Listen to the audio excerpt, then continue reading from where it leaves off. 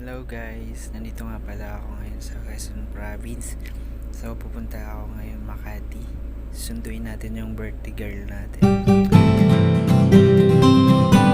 Kaya tara, samahan nyo ako.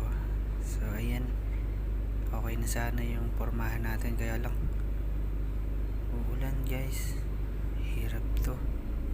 Pero kakayanin natin kahit malayo. Para sa kanya to eh. Special yung araw niya to. Let's go. Oops, yun lang. Bababa pa lang tayo pero ayan na siya. Maulan na. So yun guys, sorry. Hindi ako nakapag-video sa daan. Maulan. Pero ayos lang po kasi safe naman yung biyahe natin. Kaya lang, ayun, dahil sa maulan, malakas ang ulan, nabasa pa rin ang kuya mong Onyx. Pero mabuti na lang, mabait yung may-ari ng bahay na tinutuluyan nila ate mong Grace. Pinapagbihis tayo and then pinaligo sa kanila. Mabuti na lang, may mga ganitong klaseng tao. Kaya thank you sa inyo, thank you sa family niyo, and God bless you. So katulad ng sinabi ko sa inyo kanina, gagawin nating special yung araw na to. Pwede na, let's go! Uy, ito na siya. Smile ka din. Ayan, so nandito na tayo sa labas. Ngiti muna bago rides. Bago lahat, suot muna natin yung helmet para di tayo masita sa daan. So maging mabait lang po tayo. Katulad ng kasama ko. Yan, ganda talaga. Kaya love na love ko to eh. Ayan, so dahan-dahan lang kasi medyo madulas ang daan. Yan guys, plano talaga namin sa Star City.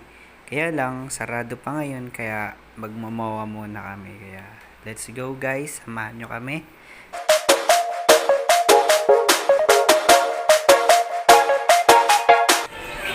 Yes, birthday niya na ha. Oh.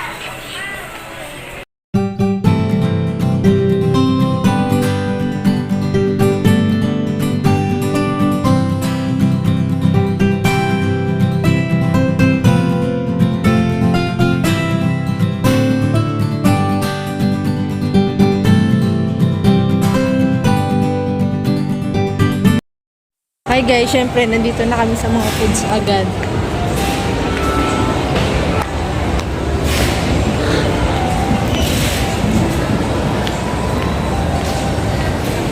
Kasi nagugutom na ako. Nagutom na yung birthday girl natin pero ayos lang, manlilibre daw siya. Uy, sana all. Uy, wait lang. Ba't wallet ko yan? Wallet ko yan ah.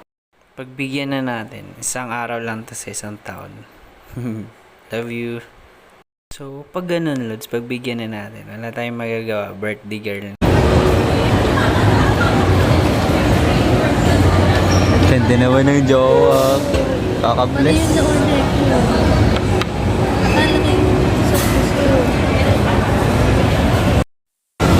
Hi guys, ito na yung food na. Ayun, ang in-order ko yung yung pops na chicken, yung tinutusok-tusok. Kaya lang, pa rin ako. Dilat mo, dati na So, let's eat guys.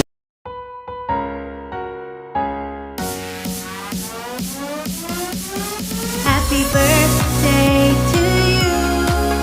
Happy birthday to you. Happy birthday to you. Happy birthday to you. So, yan guys. Share ko lang po. Isa sa mga bagay na dapat nating tatandaan. Sa relasyon, dapat pinakaiingatan yung emosyon ng tao. Kaya, lagi nating tatandaan. Kung kaya natin gawin nating masaya ang buhay ng bawat isa. Ang pagiging masaya or komportable sa isang tao ay dapat pinakaiingatan. Kasi alam nyo, bibihira na lang ang mga ganong klaseng tao. Yung makita ka lang masaya ka, masaya na rin sila. Ganon ang mga magulang natin, mga kapatid.